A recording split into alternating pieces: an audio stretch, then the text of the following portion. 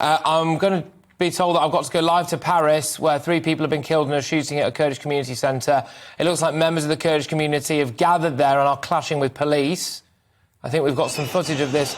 This is live from Paris right now. So earlier on in the day, a 69-year-old man reportedly, allegedly shot dead 3 people in the 10th arrondissement of Paris. Supposedly 4 other people are injured, 2 critically.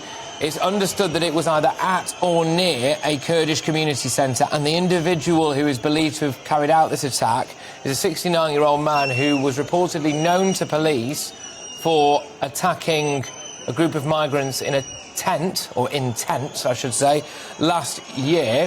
What you are watching now, if you're watching us on television, if you're listening on radio, you can hear what appears to be smoke billowing out of the street. It may well end up being tear gas. We're not 100% sure at the minute, but the fact is that what we can see is clashes, or protests anyway, involving French police and, as we understand this at the moment anyway, members of the Kurdish community who have gathered in response to this earlier attack. We're going to keep these on the screen now, these images, because these are live images from Paris, and it does look like it's getting increasingly agitated. Mark White, our Home and Security Editor, has just joined me in the studio now. Mark.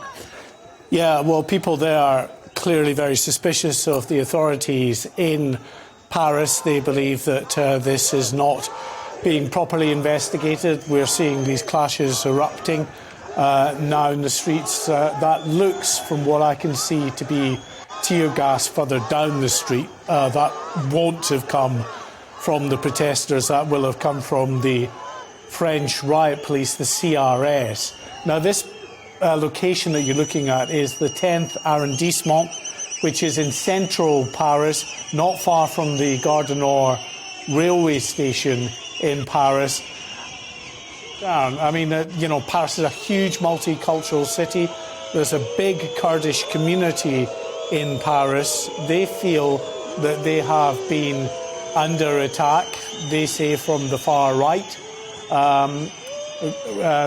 The far right, of course, in France, increasingly vocal in their opposition to the growing number of migrants in that country and the problems that they see mass migration having in France itself. So there are, you know, just as there are in this country, you know, increasing tensions, well, those tensions are much more significant and being felt on a daily basis in cities like Paris, in Marseille particularly as well, which is a very ethnically diverse city, as so many of France's big I'm just having a look at what we can see on the screen there, Mark, and it's a hammer and sickle on one of the... hammer and sickle on one of them. Their partisan is another flag. These are the demonstrators, I suppose you could call them at this stage anyway, who appears to be waving these in, and massing on the streets, chanting taking place, and, well, it's, yeah, and the camera's panning round now, and we can see, I mean, it's hard to estimate, but it does appear to be definitely in the hundreds of people gathering there around the 10th arrondissement. A lot of them, Mark, with phones in their hands, recording the whole thing. Yeah, I mean, a lot, as always happens in these occasions, a lot of the people that are there will probably be people that are gathering and, you know, curious and nosy and want to see what's going on. But there will, of course, as there often is, be those who are more intent on actually confrontation with the authorities. Now, I should say that we've had, in the last few minutes, Patrick, an update from the French Interior Minister, who is in that area himself and was speaking to the cameras. He said that the suspected killer is a 69-year-old French national who understands a former train driver. He was unknown to the security services, according to the Interior Minister. Unclear, he said, if the attack that happened this morning had political motivations. This 69-year-old had a criminal record, but not for extremism, according to the Interior Minister. And he was not known to be a member of a right-wing group. So you can see from the pictures there, actually, the various missiles that are now being thrown towards the French riot police. These are the CRS, the equivalent of our TSG, Territorial Support Group, in the Metropolitan Police. They are trained to deal with public order situations. And, of course, with France in particular, when they have disputes and strikes, they often turn quite violent in a way that they don't do as much here in this country. But clearly Police the live are barricading pictures there... themselves onto the streets, aren't they, there now? They've got those riot shields in front of them. They're charging, aren't they, at protesters now, it would appear, Mark? Yeah, so, I mean, that's, again, a tactic as the police want to push forward to confront the protesters that are throwing these missiles. They are firing their CS spray, their gas, I should say, their tear gas towards the protesters that are there. Now, this is the other side of that. This is live footage from both sides, isn't it? We've got two live shots that the news agencies are providing for us here. It's that same scene that you're looking at, but this scene, you're looking at it from the vantage point of the protesters. Back this way now, it just changed, is the other camera angle showing you the vantage point of the police. Now, to me, there are very few police resources there, actually.